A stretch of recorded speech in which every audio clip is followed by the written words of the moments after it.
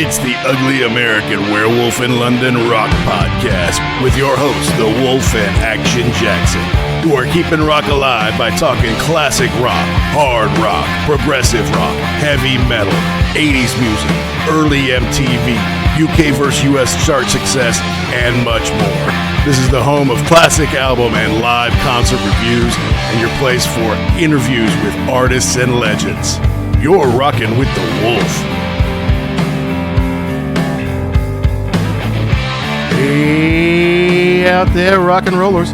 Welcome to episode number 187 of the Ugly American Werewolf in London Rock Podcast. Brought to you by me, your host, Mac B. the Wolf, and I will be joined, as always, by my partner in crime from the East Coast of the USA, Mr. Gary Action Jackson. And we appreciate you tuning in last week to our show on the Rolling Stones Voodoo Lounge as it turned 30. We know Voodoo Lounge is not going to make many top 5 or top 10 or maybe not even any top 20 Rolling Stone album lists. But it was important to us as we were in college at the time. We had just lived through Keith Richards' Main Offender getting on the rock charts and setting our minds ablaze on what he could do when he came back to the Stones. And it's the only time Jackson and I have seen them together was on that tour in Tampa at the Big Sombrero in November 1994. So since we had a personal angle, we thought we would do a review and share that with you all. And you know, we do classic rock and hard rock and progressive rock and heavy metal, 80s stuff that we love. And as we age, some of our favorite albums are getting older, folks. And one that is turning 45 here in 2024 is what might be AC/DC's best album ever. That's Highway to Hell, the last one featuring Bon Scott as their lead singer, and the first one with a certain producer named Robert John Mutt Lange, who of course have great success with AC/DC over a 3-album run of Highway to Hell, Back in Black, with new lead singer Brian Johnson, and For Those About to Rock, and would hit even greater success with Def Leppard in the 80s, and then with his wife, Shania Twain, later. But the story of Highway to Hell is a band from Australia still working their way up. They've got some traction. Angus, the lead guitar player, is growing up. He's not a teenager anymore. The lead singer, Bon Scott, is totally full of himself, ready to fight, ready to party, and ready to tell you all about it with his lyrics. Cliff Williams, who many consider to be part of the classic lineup of the band, he's already been there for an album, right? He was on Powerage. They did the live album, If You Want Blood, You Got It. And they're going from strength to strength, though still looking for that breakthrough in the United States of America. And nothing's going to help you break through in America like something that's going to scare the Christians and the housewives with a name like Highway to Hell.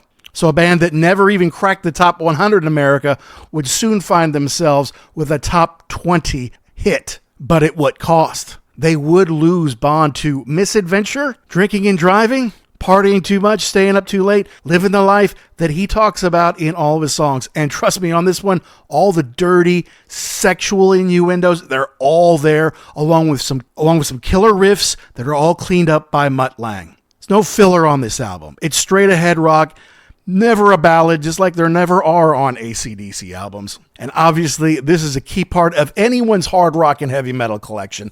So as it turns 45 here, Jackson and I are going to celebrate it. We're going to take you track by track. But first, we have a little business to take care of. As always, we like to mention we are proud members of the Pantheon Podcast Network, a family of over 100 shows. There really is something in there for everyone. You can learn more at pantheonpodcast.com or follow at PantheonPods. And big shout out to our glorious sponsor, rarevinyl.com, who's based in the UK, folks, but they ship all over the world and they collect records from all points of the world. And yes, they have a ton of AC/DC stuff, including Australian issued stuff, including European stuff, Japanese stuff, singles, rare imports, picture discs. They've got it all at rarevinyl.com. And the beautiful part is, if you use the code UGLY, UGLY, when you check out, you can save 10% off one entire order. Not just one item, but one entire order. So if you want to go and find all the rarest original print AC/DC stuff from Australia, might cost you a few £100, but use the code UGLY and you'll knock at least 30 quid off there. Maybe even end up paying for all of your shipping, depending on where you are in the world. So go to rarevinyl.com, folks, and use the code UGLY. Save yourself a big fat 10%. Your record collection will thank you. And we will thank you, as it's a big help to our show. Now back to Highway to Hell. We were a little young to embrace this when it first came out. We're like 6 years old. But like everyone else in the world, we eventually became teenagers and came to know AC/DC, their hard riffs, and their sexual innuendo-laced lyrics. It's music of rebellion. It's music to go out and party. Music to go find girls and party with them. And that's every teenager boy's dream. And when we're past that stage, we'll never forget it, as it helped shape our musical taste, which we still love today. So let's do it, guys. Let's get on that highway to hell as it turns 45 here on The Wolf.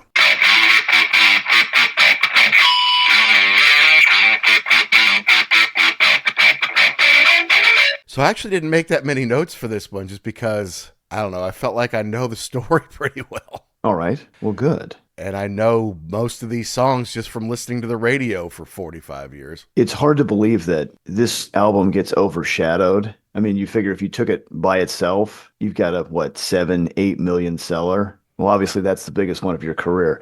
Well, no, you've got a 50 million one coming up. Yeah, you got a follow-up right after it. But, I mean, I guess we could jump right in with that. I mean, is this the best album they ever did? Because a lot of people will say that it was. And Back in Black is huge. Obviously, it outsells it and all. Got to a wider audience with Brian Johnson on the vocals. Mm-hmm. But this is their first one with Robert John Mutt Lange. Says he's South African. Or a lot of people say that, but he's born in Zambia, which is not too far away, I guess. It's close enough as far as we know. Yeah, exactly. Like, if you tell me that's true, all right. If you tell me it's not true, all right. That's fine. But, I mean, the band had kind of finally gotten to its right lineup, the lineup that's probably the most classic, except for, unless you want to argue that Brian Johnson made more albums for AC/DC and was obviously there a lot longer. He was on their biggest album ever in Back in Black. I don't know anyone who puts him ahead of Bon Scott as far as a vocalist or a songwriter. Mm-hmm. But your best ability is availability. Yeah. And, he's been there 44 years. And, Bon's been gone, 44 years. So is this the best album that they ever did? Would you take it? So that's an interesting question, because in doing research for this, there are some people that don't like this record as much. And so I'm like, how could you not like this? Again, like you said, you got all the ingredients there. You got the band, you got the songwriter, you got Mutt Lange, who apparently was at first not really accepted by them, right, because, I mean, of course, they had to get rid of their brother who had produced everything. Correct. Yeah. That's got to be rough. That even though they'd have success, Atlantic apparently had, was like, okay, you guys need to have a record that actually sells big now. You need hits. You need stuff. And in America, yeah. Yeah, correct. And in America. But I was looking at a couple different things, and there are people that are like, as for as great as this record is, and for as great as a job as Mutt Lange did you kind of mess with them too much? Like, is Let There Be Rock a better AC/DC record because it's just them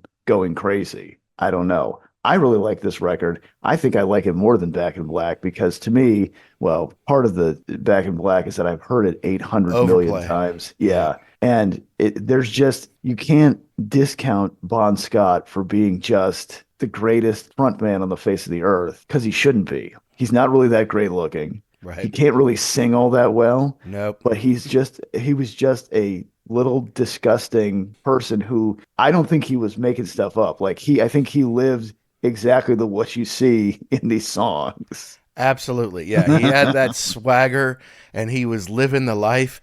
And if you want to come up and say something to him, he'll punch you right in the mouth. Even though he's not a big dude. He's just like a blue None collar. of them are. Yeah. I mean, Cliff's a little big, but Malcolm and Angus, you can fit them in a guitar road case, man. I mean, they're like 5 feet tall, both of them. They both weigh like 110 pounds. So I saw something about that. Angus was talking about, like, you see him convulsing on stage when he plays, and he's like, part of it is like, I'm little, like I can't get my hand, I don't have the big long Eric Clapton fingers, so for me to reach those notes, like I have to contort my body. And when you see him, you almost think like that's not a real guitar, like that's an oversized like novelty. Right. It's not, but he's it's a regular size SG. Yeah. He's just a tiny little dude.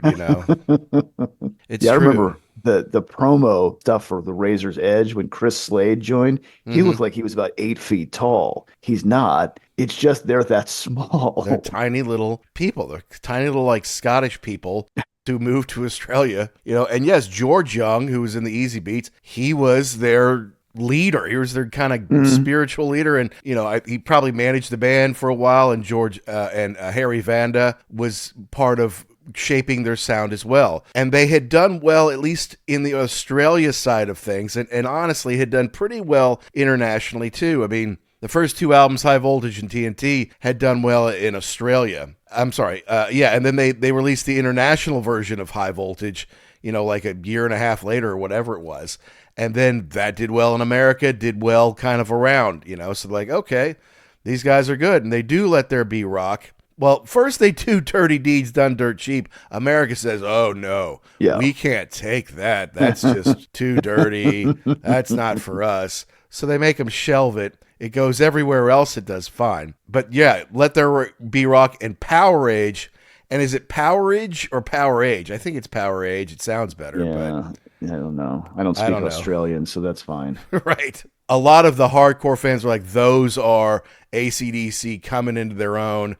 Of course, If You Want Blood live album came out in '78 ahead of Highway to Hell as well. And that's a fan favorite for sure.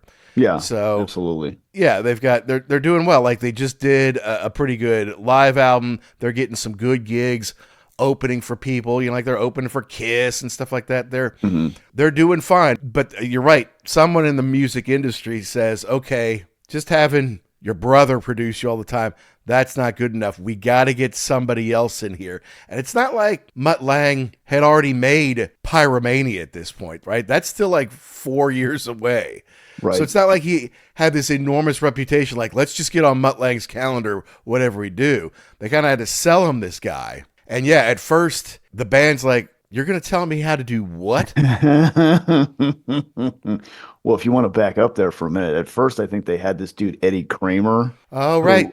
And so, he was like, okay, we're going to do this stuff. And I want you to do a cover of Give Me Some Loving. Give me some loving. And Malcolm apparently called the record company or called the manager and was like, get this guy the hell out of here. Right. This is not working. And I think that I've got a note here that Mutt was the manager guy, his flatmate or something. Michael Browning, the current manager. That was his flatmate. Hey, try this dude out. I think he'd done like the Boomtown Rats. Right, yeah. And so he'd done some stuff, but nothing like this. And you're right. He comes in, he's like, okay, here's how we're going to write these songs. Here's how you're going to sing. Are you out of your mind? But I guess the deal was that he's a classically trained singer. Like he can really sing and play the guitar. Yep. So he why don't you do it? So he sat there and sang. Okay, hold on, wait a minute. Oh, wow. Maybe this dude does know. And there was a really cool thing about him sitting with Angus, and it wasn't like he was showing him like, here, play this, but it was more like,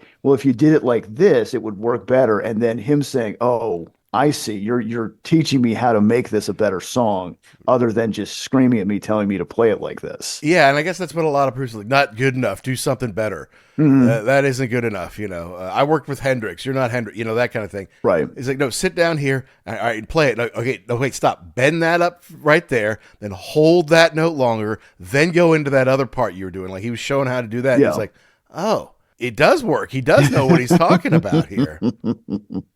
And the teaching Bon how to like breath control so you can sing better and not have to be running out of air all the time. Yeah, I mean, stuff that being a bar band never would have come up. But like, if you really want to be a professional, this is how you do it. This is how you control your in and out, so you're not sucking wind, between verses or whatever. Yeah. And, they used to just go in and bang it out. I mean, they were serious. Obviously, they're professional musicians from a professional musician family. So when they would go and record, they would go in and just boom, boom, boom, knock it out. Mm-hmm. So being part of Mutt's like, do it again. We're doing this 12 hours today. That wasn't really a problem for them. Now, they used to do it, every album was done in a matter of days or a couple of weeks. And this took a few months, which was rare for them. Mm-hmm. But, I mean, I would say that it paid off in a big way. they kind of got each other. Like Mutt got, okay, these guys are professionals. They will put in the work. And they're like, okay, Mutt does kind of know what he's talking about, right? So we can trust this guy to help us make this right. Yeah. And I think that's the point of it's the difference between just screaming at people telling them you suck, do it again, and showing them how to do it. I think once they bought into it, they said this is really the right way to do this. And I think that other bands say that also, like especially Def Leppard. We've talked about them a couple times. Yeah, this guy's a taskmaster, but he's going to give you something that is going to sell extremely well. Plus, they kind of re-engineered their management. They fire Browning. And they hire Peter Mensch, and Mensch, of course, would be part of Q Prime. They would eventually have Def Leppard and Metallica and just enormous bands under their umbrella. And of course, he had already worked with Aerosmith and Ted Nugent to help make them even huger and bigger in America and around the world. So it's like all at once they're going from the best bar band in the world to stepping up to the big leagues. And I think that's what you need. You got to have a team around you, because I've got a note here from Michael Browning. They said, well, were you upset when they got rid of you? And he's like, at the time, yeah, but it probably worked out for the best, because I was smoking like 3 packs of cigarettes a day. Like it was an extremely stressful gig. I'd probably be dead right now. So you do need that killer instinct of, this is the best band. I'm going to shove it down your throat. I'm going to make these guys stars to get to that next level. You can't have, the B team. Yeah, and the same thing with Def Leppard. Remember, Neil had us watch that. It was like a UK sort of behind the music thing. Yeah. That happened for them in like 87, 88, whatever it was. And like they're showing their old management team, the people who were in charge before Q Prime, like those guys were in charge of you. Those guys shouldn't be in charge of a record store, which I think one of them was. Yeah. And I'm like, that's not how you get to the big time, not with those people, So right. They did what they had to do to kind of push it forward. And they've always been kind of a close-knit bunch. Like, they don't do a ton of press. They don't talk about their family or anything, or, a lot about how they make their music. They're very kind of closed off. So to welcome in new producer, new management all in 1 year, it shows they were ready to take some chances to make it big. Yeah, and I don't think George Young ever went away. I think he stepped way back. Yeah. Especially in these years. I know he comes back later to produce some stuff. But and that's pretty cool of him too, of just not to say, well, screw you guys, I'm going away. Hanging around, making sure that they were okay. And also getting paid, I'm sure, too. But you're right. You don't really hear any stories about these guys other than the, official. They played the concert, they went home, but there was no, they never trashed any hotel rooms that I know of. Now, Bond was a maniac, but the rest of the band, not really. No, not really. These tiny little dudes. It's so weird to see Angus now with the white hair. It's because they were kind of gone for a while. And yes, they did Power Up, which was a big deal, like during the pandemic. And like it went #1 all around the world and all that kind of stuff. But you knew they weren't going to tour because nobody could tour at that point. So it's like, yeah, he's still Angus. He's still the little dude. You lose Malcolm and Angus looks old. And it's like, okay, because for the longest time, Angus was still just a kid. Yeah. 74 Jailbreak, he's like 16 or 17 or something like that, right? Which means by the time they get to You Shook Me All Night Long, with the Brian Johnson era begins, yeah, he's like 22 or 23, but he's still tiny and he looks young, right? So even by the time they got to Razor's Edge and then the live album, he was still not, he was like, 34 or something like that. He was still incredibly young at that point. So we're going to have AC/DC for a long time. And we have, but now I think finally he's getting old just like everybody else. I like they were talking about the origin of the schoolboy uniform. And yeah, it's a shtick, but not really, because they said that at the beginning, he would literally come from school and go right into band practice. So he would be wearing that uniform, and then it just kind of evolved from there. But you had to think about somebody who was that young, that could be that good, that quick. And really kind of against the odds, too. Like I was talking about before, he's not a big dude. He doesn't have these big, long fingers to play the guitar. Like, it's almost like it's fighting against him. Mm-hmm.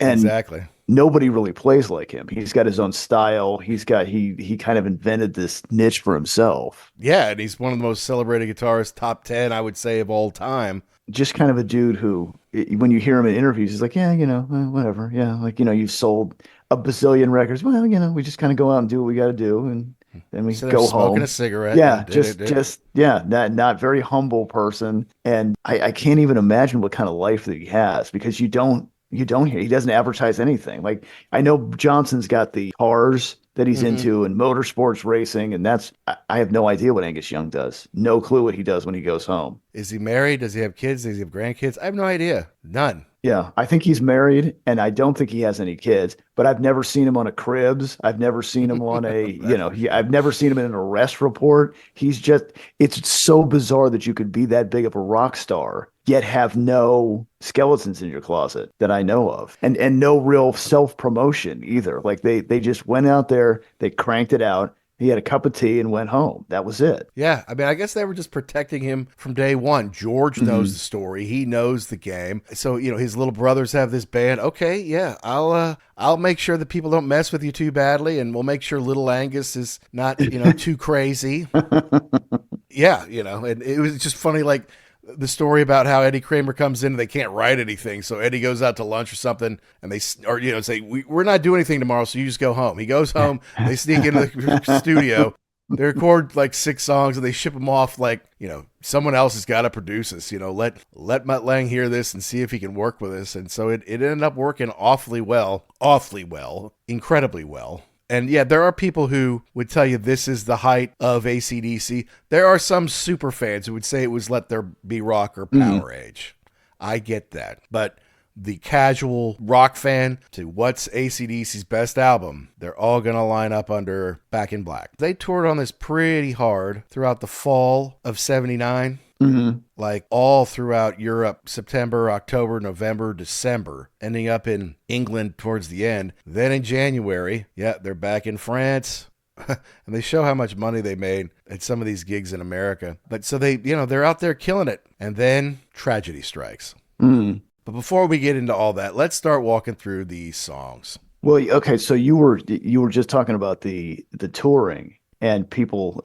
I can't even believe this came out this way. Like, how did they let you release a record called Highway to Hell In America? Yeah, that's impressive because you're right. You can get away with this in Europe, sure, but in America, you put Highway to Hell on there. Oh my God, what the people in the Bible Belt must have been screaming. right. But it had more to do with what you were talking about before, touring, the relentless touring. And this was not first class touring either. This was like in a bus and with everybody on the same deal. And you were either playing or you were on your way to somewhere else. And it was just, what are we even doing here? This is brutal. Yeah, that's the thing. They didn't have planes back then, and they're doing these back to back to back to back. I mean, some of these places aren't that close, like Jacksonville, Florida, next night Birmingham, next night Dothan, Alabama, next night Atlanta, next night Columbia, South Carolina. Day off where you go to Norfolk, Virginia, then Wheeling, West Virginia, then Charleston, West Virginia.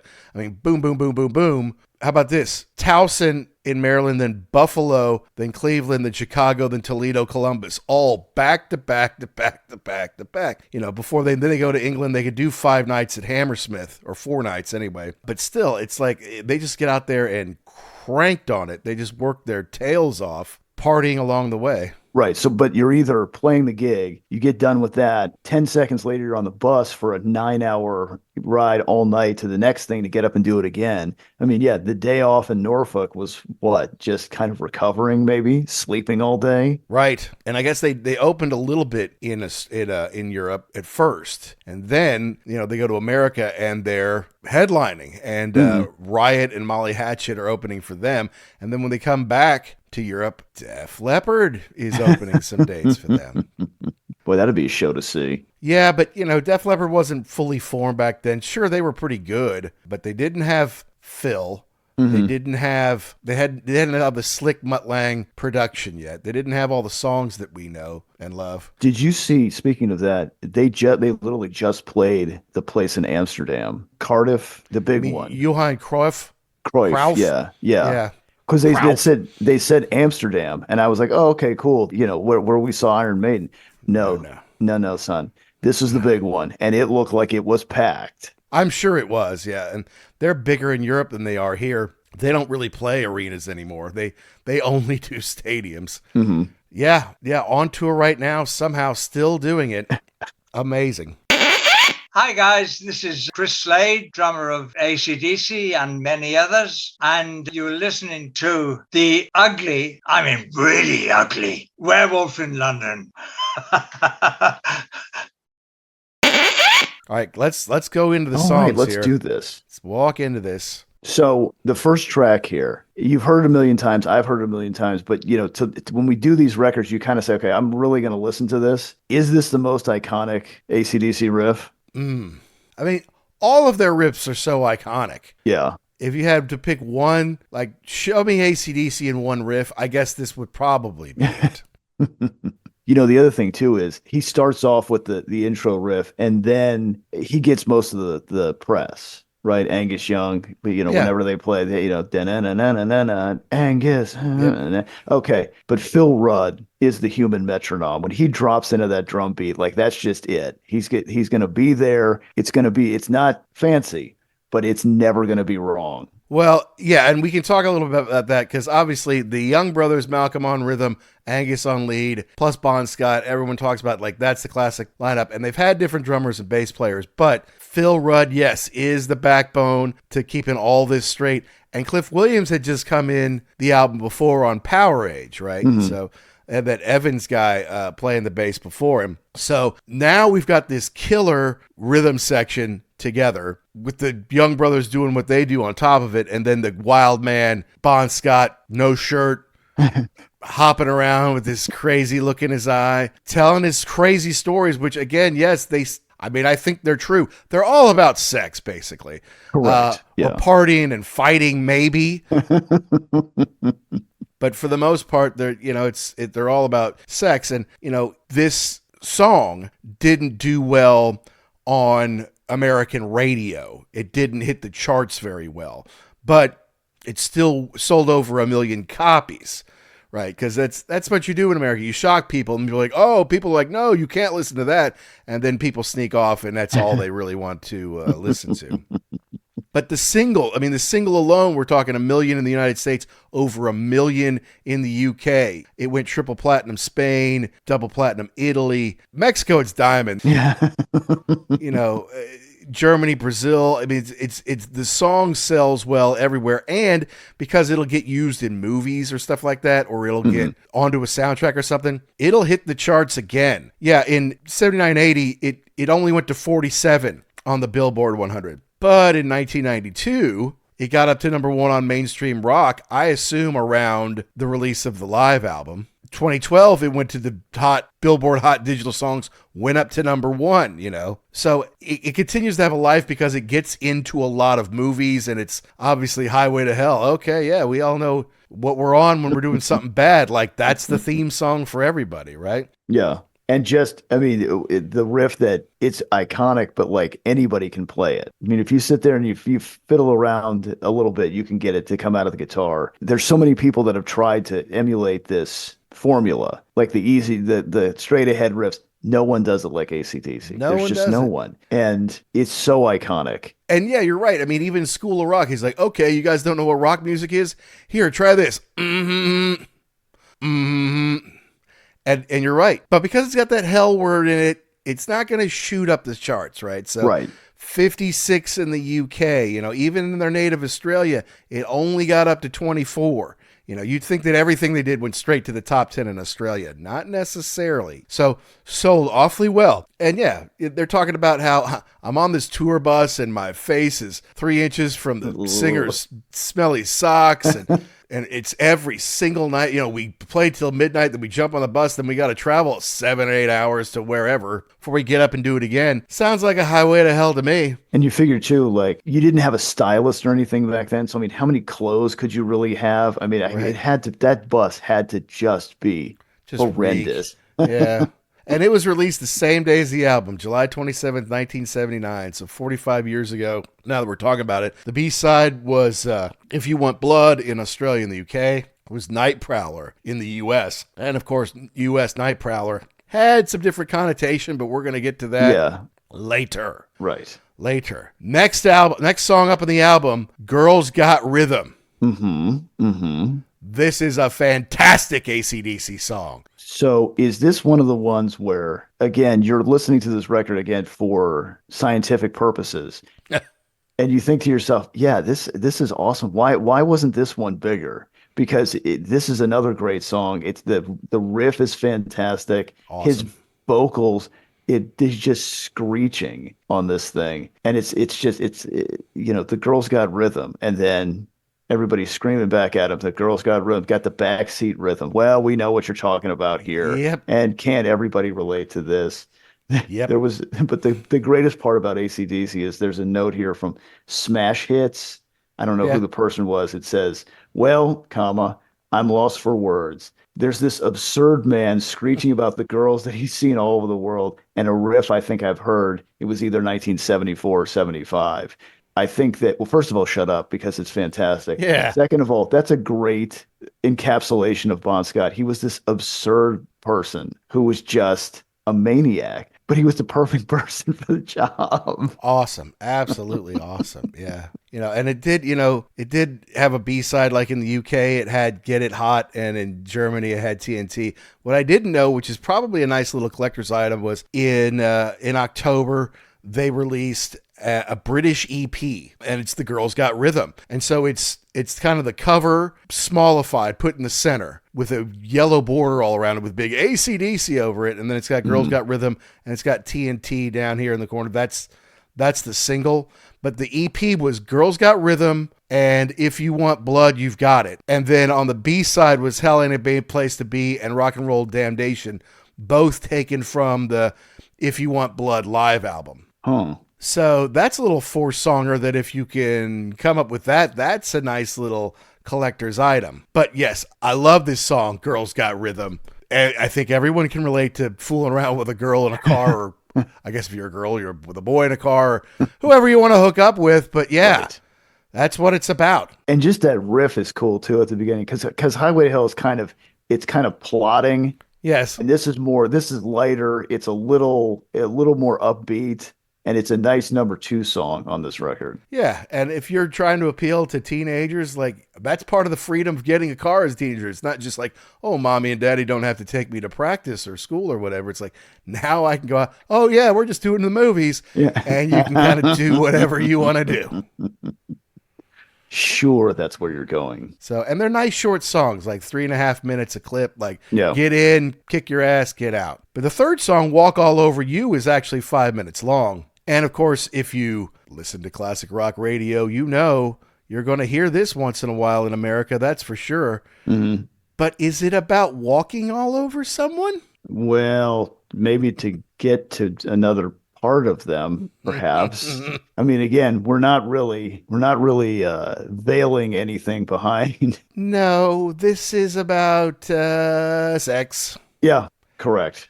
Yeah. And I guess you'd have to say pulling out, I guess. That's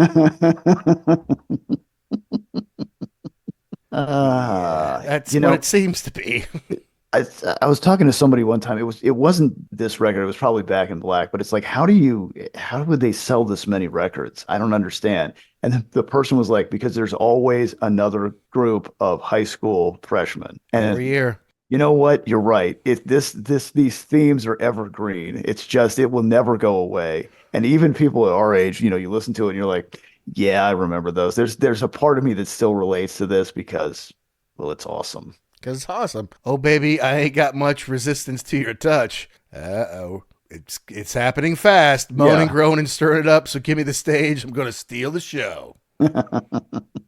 But I like this one, so Girls Got Rhythm. It's more upbeats. This one, the riff is slower. It's a little dirtier. And what I like about this one is it kind of pulls back when he says walk all over you, like it kind of pulls back and then boom, goes back into it. So for a 5-minute song, it doesn't seem like it's that long. Do you realize what you just said? What's that? It pulls back and then boom. He just described exactly. Well, folks. What they're so curiously and nonchalantly sticking out there in the world. and this is the genius. of this band and these people. Yeah, because even if I outgrow it, there's like a billion more people in the 8th, ninth grade who are just growing into it, right? So, But let's be honest, you're not going to grow out of this. why would you want to? Yeah, exactly. I don't understand. Now, the fourth song yes. is Touch Too Much. Yes. This could be my favorite song on the record. Really? Tell me why. Well, you know how they always have those. First of all, the intro riff, it's a little faster, it's a little more upbeat. It's fantastic. And then he comes in with those vocals. There's a question that gets posed every once in a while, what's the best opening line in a song? And it was one of those nights where you turn off the lights and everything comes into view. That's pretty cool. I like that. Again, we know exactly what you're talking about. Yeah, it's got a brum brum brum brum brum brum brum brum Yeah. brum brum brum brum brum, just kind of warming you up there. Yeah. They actually played this on Top of the Pops 12 days before Bond died. Oh, geez. And it was released as a single in the UK in January of 1980 with Live Wire and Shot Down in Flames both live as their B-side. So I guess it was probably a 12-inch. I guess it came from something that they had worked on before, but it just never came together. It was never released. So they kind of reworked it into this. It did get up to 29 in the UK, got to 13 in West Germany because it was West Germany back then. You forget about that. Yeah. This is another one they play quite a bit on the radio, classic rock radio here in America. So again, if you didn't own this album, and I didn't for the longest time, I think I was in my 30s when I finally had my own official copy here. It was probably even a re-release or remaster or something like that. Just an excuse to get it. I had a copy of this when I was in high school. It was given to me by a friend of mine, and I think she may have taken it from someone else because it wasn't wrapped or anything. Like it didn't have the jewel case. I mean, it had the jewel case, but it didn't have the big, whatever they used to call it, box that came with it. It wasn't even in cellophane. I'm like, I think you took this from somebody else, but thank you though. I'm not mad at you. But I know Spinal Tap would come out later, but I always kind of think one of the Spinal Tap records was Intravenous de Milo. Right.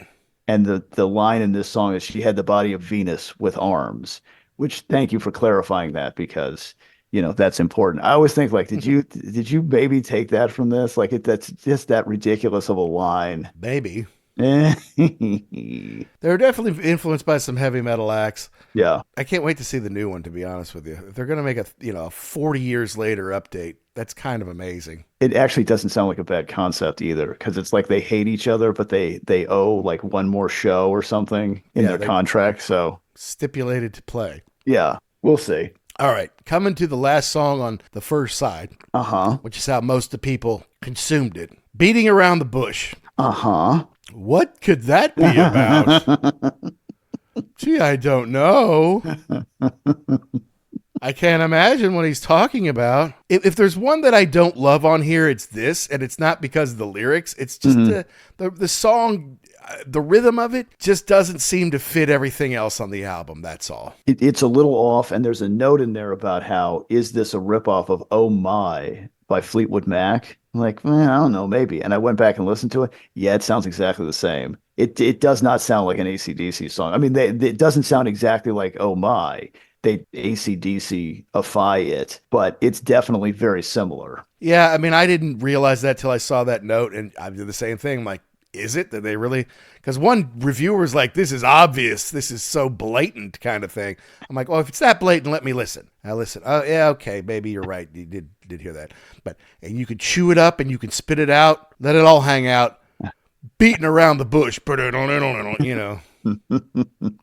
So kind of more of an R&B thing than a hard rock thing, maybe, with just filthiness in their hearts. I mean, obviously, we're from the CD age, but this was the end of the first side. To me, that's the weakest song on the first side, though. I mean, otherwise, those first four are pretty classic AC/DC. Yeah, I would agree with that. It's not that it's bad, but you've already got so much good stuff already that it kind of gets a little lost. And especially if you had a record, you were ready to flip it over anyway. Yes, and you should, because song one on the first side, Shot Down in Flames. Now we're talking, man. This is awesome. And, it's kind of a story like, yeah, I go out, I'm looking for a woman, and she's standing by the jukebox like she's got something to sell. So I said, hey, baby, what's the going price? She told me to go to hell. So I just got shot down in flames, Yeah.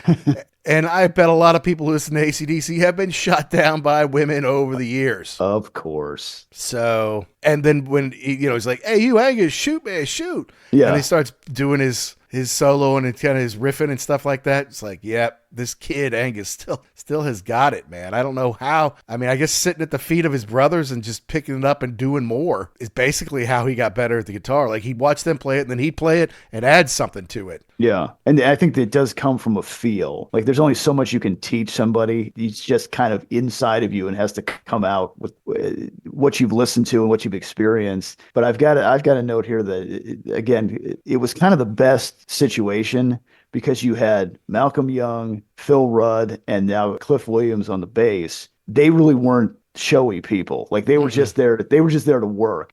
And Cliff's really holding down the bass on this one. And then it let Angus just go nuts on the stage. And even Bond, like, he'll jump around and he'll, engage the crowd. But like, he's got to get out of the way when Angus starts literally duck walking, running around the stage, and then doing like the Three Stooges. He's laying on his back, running on the, around and around and around. I don't even understand how you did that. But you needed those other three guys to say, okay, we understand our roles here. Mm-hmm. We'll stay back. Again, Malcolm and Cliff would do the 2 steps up to do the backing vocals and then back, and let those 2 guys just run the entertainment part of it. It's so funny. It's because I've seen him a few times, and every time it was Malcolm takes his 2 or 3 steps up, sings in the microphone, and then he walks backwards 2 or 3 steps. Whereas Cliff, boom, boom, walks up there, screams along, then he turns around, walks back to his spot, and then stands there. So it's like you are in these 2 spots, period. And then when Angus is on top of the riser, like running around behind the drums, like doing his thing, Cliff's just down there smoking a cigarette, It's like, this is the part where I get to chill out, let him do his thing. It's just, if everyone knows their role, it works great. But don't ever get it twisted up as to what the dynamic was. Malcolm Young was the band. Like, even though he's not flashy, he's playing the rhythm, he's holding it down, he's the architect of all of this. Like, when we were talking to Chris Slade, and he was telling us about how, like, he had absolutely no leeway in this deal. You played exactly what they wanted you to. And then he was telling us about the one night where he was, I guess he didn't think about it, but he was a little fast, and he was just getting the side eye from Malcolm, just saying, what are you doing? Yeah. Play it exactly correct, or I'm going to come over there and beat you with whatever he can get. So he's an interesting dude too. Not flashy, not anything, but yet he came up with this whole deal and never really wanted any credit for it. Yeah, I never seemed like he was all that upset when everybody was yelling Angus. Like, he was. Yeah, it's just, hey, cool. Yeah, they're here. They're having a good time. Fantastic. Well, he knows Angus is kind of like the price of admission. Like, you get to go. It's like Mick Jagger. He's the show. Mm-hmm. Yes, Keith and Charlie and the boys, they're putting together this incredible rhythm and music, but Mick doing his dance is the show. Just like Angus doing his thing out there is the show. So Malcolm's like, yeah, I'll just sit there and kill this guitar by banging out these chords and let my little brother run around like a chicken with his head cut off. And that's what George Young was saying. He's like, in order to play it correctly, those parts, like, he's got to use the biggest or the thickest picks they make. Mm-hmm. And it's not that they break. You just wear them away because you're just beating this guitar to death. Murdering it. Yeah. You're murdering the guitar. There's a murder. Okay, well, we'll get into murder. I was going to say, don't talk about that because that's coming up. And it's coming up. Yeah, hi there. This is Martin Popoff, scribbler of many, many rock books. You're listening to The Ugly American Werewolf in London. Now, yes. Next song, Get It Hot. Yes. This is not one they overplay. If there's one you don't know on here from American radio, this is probably it. Right. And so I like it. I mean, it's got a good riff just like all the rest of them basically do. The problem is, it's not that the lyrics are bad. There's just not that many of them. I mean, it's Get It Hot. Yeah. Get it hot. Get it hot. What's next? Get it hot. Yeah, okay, I got it. Gonna bend you like a D string, conduct you like a choir. So get your body in the right place, we'll set the world on fire. So you know what this is about. Get it hot. Get it hot. Come on, baby. Get it hot. Get it hot. I mean, if you're looking for Bob Dylan lyrics, you're in the wrong place. Well, You're looking for a killer riff with a fun sing-along. That's what this is. I kind of forgot about this song. This is the one. You Yeah. always forget about one. This is Yeah. the one. And if I didn't know what it was and I just played the beginning, I would not have thought it was AC/DC. This sounds more poppy than what they've got on the rest of this. It's not bad. It just, like you said, it doesn't have a super iconic riff, and the vocals are not memorable. So you kind of just go over this thing. Yeah, I mean, that's the thing. I like the riff, but the vocals are not memorable. Mm. All songs, of course, on this album are written by Angus and Malcolm and Bon. Mm. But as I look through the AZ lyrics, they list, on some of these, they just have those names. Some of this, they have official names: Angus McKinnon Young, Malcolm Mitchell Young, and Ronald Belford Scott. I bet you couldn't have named their middle names before today. No, I could not. I didn't even know that Bond's name was Ronald. Hello, Ronald Belford. Yeah. I bet if you call him Ronald, he'd punch you in the face. Probably, yeah. I mean, on the wrong day, if you talk to him, he'd punch you in the face, because I think that's just what he was looking for. And that was another thing, too. They were talking about how he's this little dude. He's not very good looking, but the women just went insane for him because he just had that swagger. He had that blue collar, tough guy, probably knew his way around the female anatomy. Yep. And they just went crazy for him. It worked. Yeah. Yeah, it worked well. Well, and then, if you really want to go down the rabbit hole, what would have been had they continued? Had he not died by misadventure? Right. What would the next record have been? I don't know, because it was so big. Part of it was, it's a tribute to him. And I don't know. I don't know whether the songs have been the same. Well, okay. We can go ahead and get into this now, because there is, of course, the rumor out there that, yes, Bond died, but apparently he may have left his lyric book behind. And other than the song Back in Black, maybe he did help write a lot of the songs on Back in Black and never got credit for them. Because Brian Johnson never wrote any songs in his life. In Geordie and his previous bands, he did not write songs. He's on the Rock on Tours with our guests from show 96, Guy Pratt and Gary Kemp. He's like, the first song I ever wrote was You Shook Me All Night Long. And that blows me away. Like, what? Really? Are you kidding me? That's unbelievable. And then, of course, he helps write songs on the next few albums, and they're not quite as up there. In fact, once they get to the Razor's Edge, they're like, you know what? You're not writing anything anymore.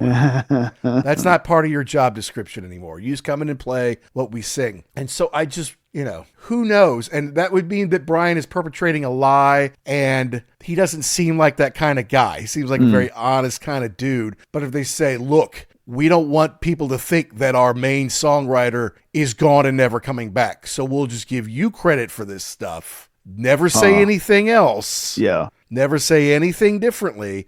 And then they'll know, hey, AC/DC wasn't done when Bon Scott died, which probably didn't help that finally America caught on. Oh, you've got another album called Dirty Deeds Done Dirt Cheap. Let's put that out in 1981 after Back in Black. So now you're confused on to who the singer is. I thought this guy died, or is this the same person, or what's happening here? Yeah, that must have been very confusing. And now we're getting into conspiracy theories here, but you're right. You've never written a song before, and the first one is You Shook Me All Night Long. Well, that's pretty amazing. Yeah, that's pretty fan-double-tastic, What'd you do on the next album after that? Well, we did For Those About to Rock, but most of the rest of those songs were kind of forgettable.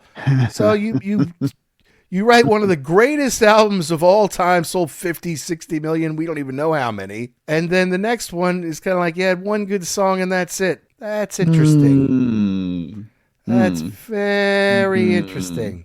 Of course, when you're recording this, you have no clue it's going to be that big either. So, maybe what started off as maybe a little white lie has turned into something more massive. Maybe. I don't know. I don't want to speculate on that, but it's just a fan theory. That's a theory that a lot of people believe in, is all. All right, going to song number 8, if you have the CD, third song on the second side, If You Want Blood, parentheses, You've Got It. Obviously, they borrowed this title from the title of their live album. They figured, hey, I can write a song about that, right? And this is classic AC/DC. Absolutely. Start off with the riff. And then the big brown. Yeah. And then Bond singing on this. Fantastic. I love this song so much. How can you not? It's just, yeah. And to think it's this far down in the record too. I'm glad that they tracked it here, because you're kind of between Get It Hot and then Love Hungry Man. If you didn't have this one, you may be running out of steam, but this brings you right back into it. Man, it's so good. Yeah. And this is one you've heard a million times also on rock radio. Billion times, a gazillion times. Blood on the streets, blood on the rocks, blood in the gutter, every last drop. You want blood? You got it. And then it's got the big fat solo from Angus in it. And you talk about something that, you know, you can sing and then have the audience scream it back to you. You know, if you want blood, you boom, got it. You got it. Yeah. Yeah. Brings the house down when they did it. I remember it from Empire Records, which wasn't a fantastic movie. It was kind of like Empire Records. Yeah, it was like the debut of Liv Tyler as an actor. Oh, yes. Anthony LaPaglia, he had kind of inherited this old record store from his folks. He runs it as best he can. Rory Cochrane, who's in Dazed and Confused, basically took the Night Watch money, you know, a few $1,000, like the day's receipts or whatever. Yeah. They took it to the casino, bet it on black and lost or whatever. So the whole day is about the owner or the owner of the building, you know, coming to collect the rent. Meanwhile, Rex Harrison, who's this old Barry Manilow type 70s love god, is in there signing records. What's her name with the squinty face from Texas? Oh, Renee Zellweger. Renee Zellweger's in it. She kind of plays a slutty girl. Yeah, but there's some times in there where they'll just play music and let the kids run around. And then this one was one of those when they're like putting out the records, everyone's hopping around singing this song. I'm like, this is a fun song. You can't be in a bad mood when you hear this. Right. But Love Hungry Man. Okay. Yeah. Is, I mean, you know, once again, we know what this is about.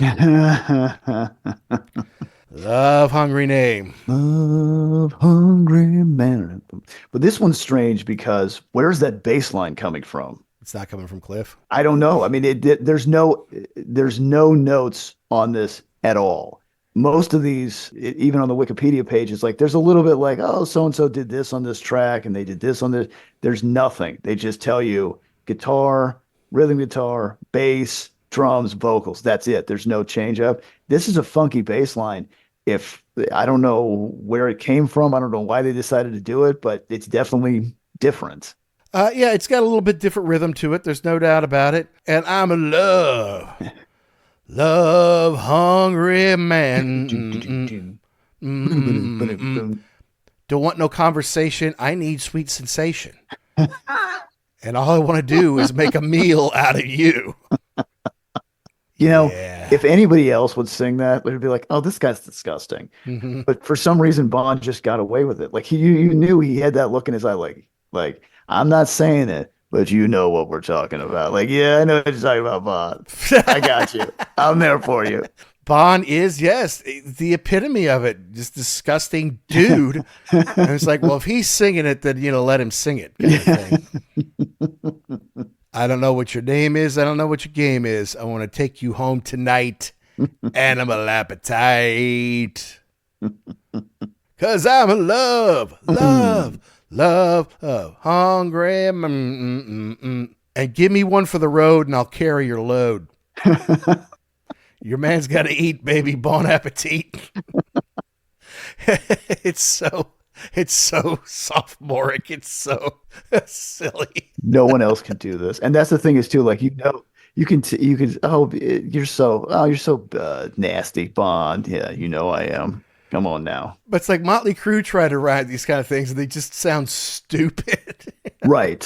Where it's like, it's more tongue in cheek. Like like I said, nobody else can get away with this like he can. So that you got to love that one. Yeah. Even though I saw something about Angus saying like this is one of the songs that he hates. Like he can't stand the song. He wrote it after a night of bad pizza or something. I'm like, you hate this? I mean, it's kind of the same as everything else. Like what's so awful about this? He must not like the riff or something like that. Maybe. I don't know. But yeah, you're right. He did say, well, there's this one song on Highway to Hell. Didn't say it about beating around the bush, but Or he said Get It about Hot. Love Hungry Yeah. Man. Okay. Get it hot. Get it hot. What are we doing? Get it hot. Okay, I got you.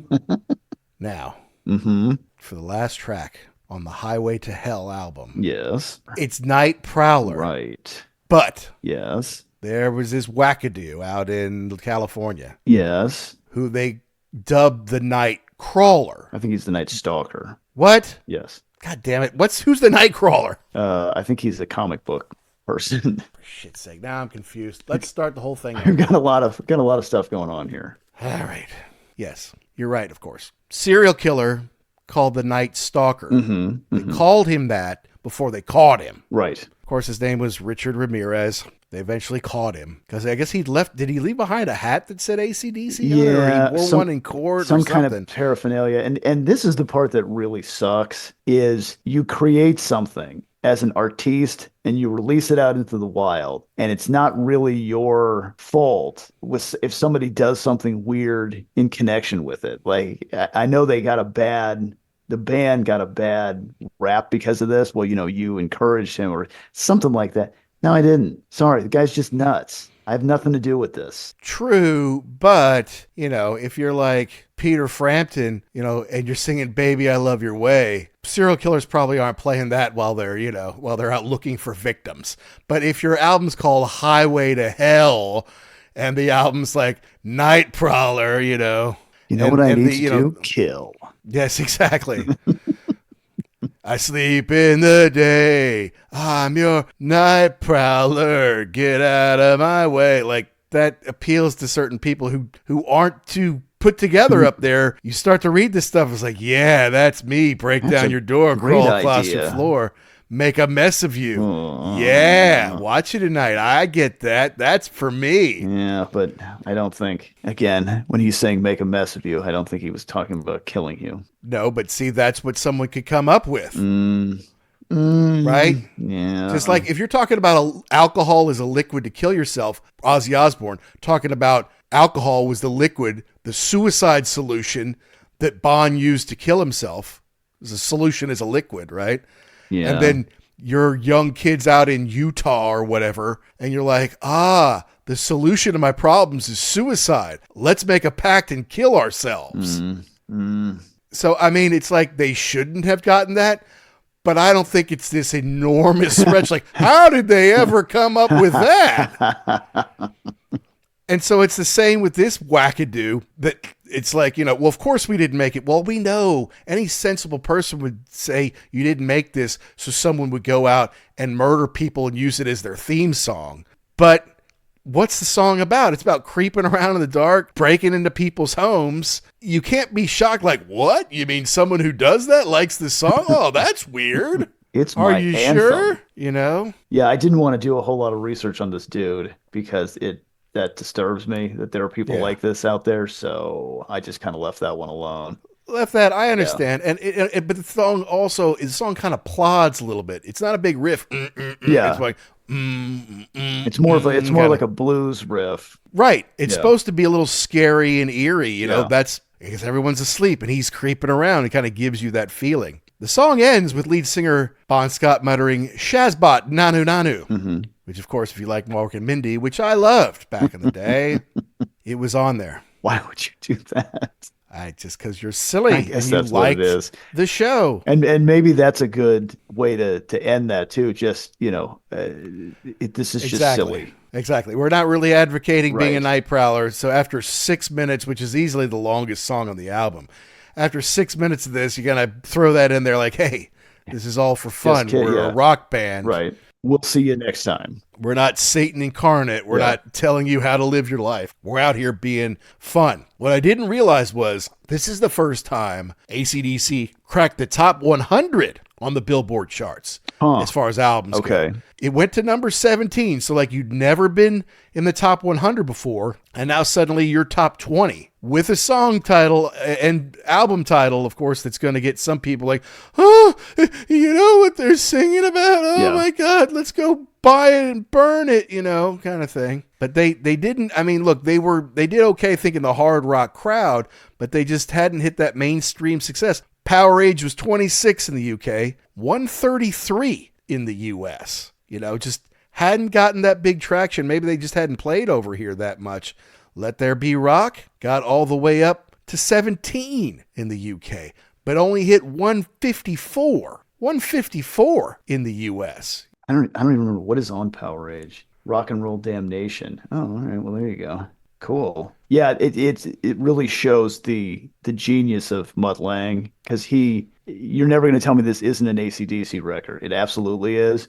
But he knew how to polish it up just enough to get them to the next level. Absolutely. And it hit number 8 in the UK, so went platinum in the UK and Switzerland and Italy and Germany, West Germany, I assume, France, but 7 times platinum US, 7 million. Now it got certified that in the 2000s. So it's not like it sold 7 million between 1979 and 1981 or something like that. Right. And definitely probably it was helped out a lot by Back in Black once that came out. But I think it went gold. Didn't it go gold fairly quickly? A couple of months? Yeah, it went gold pretty quickly, and it went platinum relatively quickly, and did well in Canada, obviously did well in Australia. But yeah, no, I mean, when we had Martin Popoff talking about AC/DC, it's like through the 80s, we're selling X number of thousands, a month. Mm-hmm. But like 80% of it was Back in Black. It was like Back in Black still sells like, 1 million a year or 500,000 or whatever it was. And then the others trickle in as well. So yeah, we go out and tour, and it's still Back in Black selling everything. Yeah. Because obviously, it wasn't too long, died from basically drinking and driving off the side of the cliff, just, a couple weeks, maybe not even that long after they were on top of the Pops. So it's like, oh shit, we finally kind of have the right producer for us. We get some big success in America, which we've been waiting for, which we've been working for. And now, does it have to end? We don't know, you know. But I mean, and you would think, okay, so you would think the answer is yes. I mean, because you've got this dude who he writes all the lyrics. He is this very charismatic frontman. He's got a voice that doesn't sound like anybody else. How are you going to replace this dude? Exactly. But Brian Johnson comes along. He's been around for a while. He's in the band Geordie, but they're not real huge worldwide sensations, so people don't really know his voice. Mm-hmm. And he comes in. He was a friend of Bond's, and apparently wrote You Shook Me All Night Long and wrote Back in Black. As far as you can tell. That's what the credits say, so why would I think anything different? Shoot to Thrill and have a drink on. But I mean, look, I love Back in Black, and I know these songs backwards and forwards because I've heard them a billion times. And obviously Mutt Lange is producing Back in Black, which shapes these songs into killer things. Mm-hmm. But as far as 1 through 10, are the songs in Back in Black as good as the songs on Highway to Hell? You've got some standouts that maybe the very best of Back in Black I could maybe put over some Highway to Hell. Mm-hmm. But once you get to the middle and the bottom, I feel like Highway to Hell is the stronger album. All right, hold on. Let me get over there and take a look. I don't remember all the tracks off the top of my head. Let me put my love into you, babe. Let me cut your cake with my knife. I don't understand. What's that all about? Uh-huh. Shake a Leg, Rock and Rolling, Noise Pollution. I just think that unfortunately, with that record being so big, this one gets second class billing, and that shouldn't be the case because there's a lot of great songs on this record. Well, absolutely right, and it's because Back in Black sold so huge, and then Brian's front and center, right? Yeah. He's the front man now, and he's a funny guy. He's a lovable guy, and he's not as evil in his heart, the way that Bond seemed to have something lingering in there, So, yeah, I mean, the difference between 7 million U.S. sales and 26 million U.S. sales or whatever it is. Yeah. It's just timing, right? It's just right place, right time. And You Shook Me All Night Long is an anthem for the ages, as is Back in Black. You're talking about, we're not quitting. We're coming back with Black on because we lost our man, but we're not stopping here. And that went to number 1 in the UK and number 4 in the US. Yeah, I didn't realize that. Like, they didn't. For Those About to Rock was number 1 in the United States on rock radio. That's the one. Okay. Well, because at that point it had been built up, right? Yeah. I mean, none of the David Lee Roth albums went to number 1. All of the Sammy Hagar albums went to number 1. Well, that's because David had already built up the band so big that as soon as Van Halen puts out a new album, it's big news. But yeah, that was it. I do kind of wish, because I've seen AC/DC, latter days. It would have been great to have been to see them with Bon. I'd probably be in a club getting my ass kicked by some real tough guys, but it would have been fun. Correct. And I think there was some, you're talking about Martin Popoff's book, which you were generous enough to gift me for Christmas with a nice signature Scribble from Mr. Popoff. Thank you so much. Yeah. There was a note about them in the early days playing a couple of gigs at CBGB's in New York. And to see how that even went down, I have no, because I mean that's a nasty punk rock place. But to see them in that gig would have been fantastic, because yes, they play arenas all over the world, but they were built for nasty bars. Basically, yeah, absolutely. Hey, why is there chicken wire in front of the stage? Chicken wire.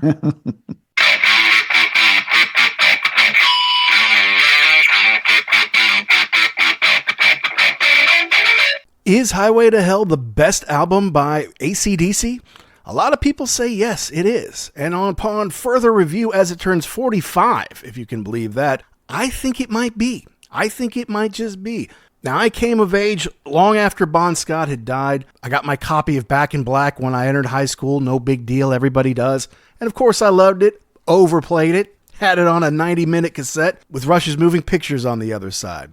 So we flipped that back and forth quite a bit back in the day. But I never had this one, and this may be the crowning achievement. You've got Bon in all his glory. You've got Cliff Williams fitting in very well with the band and with Phil Rudd. You got the young brothers mature enough to be able to write and play these songs, and you got Mutt Lange at the controls, making sure everything they do is perfect and awesome. And it is Bon's swan song, although in America, of course, we did get Dirty Deeds done dirt cheap in 1981 after the release of Back in Black, after it blew up, and all of a sudden American record executives said, hey, give us all the AC/DC you've got. But I think this is their crowning glory, certainly with Bon in the band. And no one would choose for Bon to be gone, including Brian Johnson. But that's just the way it works out when you're living the life of a true rock and roller. And we want to know, folks, did we get something right? Did we get something wrong? Did we miss the point? Did we leave out your favorite part? You have to let us know. You email us. It's uglyamericanwerewolf@gmail.com. You can let us know the bands, the albums, the tours, the DVDs, the books, the rock properties you want to hear us talk about here on the show. We appreciate you listening. Be sure you download and subscribe wherever you get your podcasts. And if you're thinking about it, guys, hey, give us a positive review. It means the world to us, and it helps us find more rock and rollers like you. Thanks, as always, to Pantheon Podcast for making us part of the family, and thanks to our sponsor, rarevinyl.com, who has a ton of AC/DC inventory. And if you use the code UGLY, you can save 10% off one entire order from rarevinyl.com. That's it for this week, folks. We've got more fun guests coming up. We have more albums hitting big milestones, and we got a lot of fun stuff on the horizon. So stay tuned. And to all you rockers all around the world, be cool and keep doing what you do to keep rock alive.